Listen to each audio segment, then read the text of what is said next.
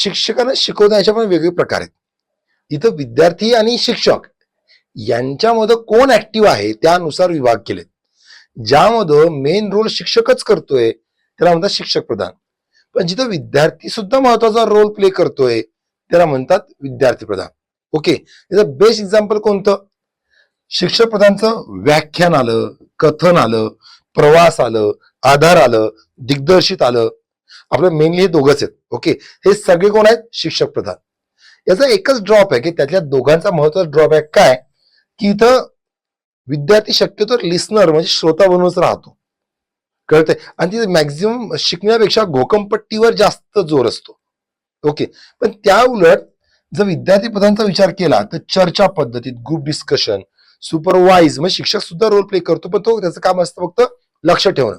आणि नंतर येतो स्वयं अध्ययन पद्धती, सेल्फ स्टडी. सेल्फ स्टडी म्हटलं तर आर्मस्ट्रॉंग हे नाव असायलाच पाहिजे लक्षात. आणि लक्षात ठेवायला पण सोपं आहे. नील आर्मस्ट्रॉंग स्वतःच्या भरोशावर कुठे गेलते? चंद्रावर गेलते. सेल्फ स्टडी लक्षात राहील ना.